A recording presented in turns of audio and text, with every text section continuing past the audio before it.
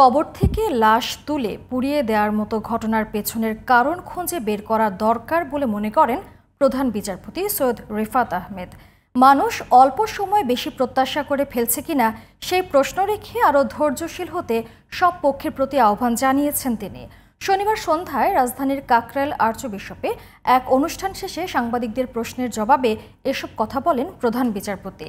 এর আগে আলোচনায় প্রধান বিচারপতি বলেন, দেশের সংবিধান সব ধর্মের মানুষকেই সমান মর্যাদা ও অধিকার দিয়েছে এবং সেটিকে মৌলিক অধিকার হিসেবে স্বীকৃতি দিয়েছে। আলোচনায় ভ্যাটিকানের আন্তঃধর্মীয় সংলাপের প্রধান কার্ডিনাল জর্জ জাকভ কোভাকাদ বলেন, মানুষের মর্যাদা, শান্তি ও সম্প্রীতির জন্য আন্তঃধর্মীয় সংলাপ জরুরি।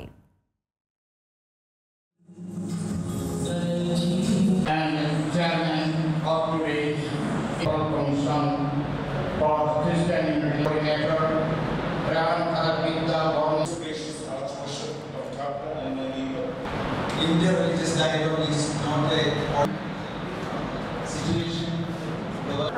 একটু মাঝখানে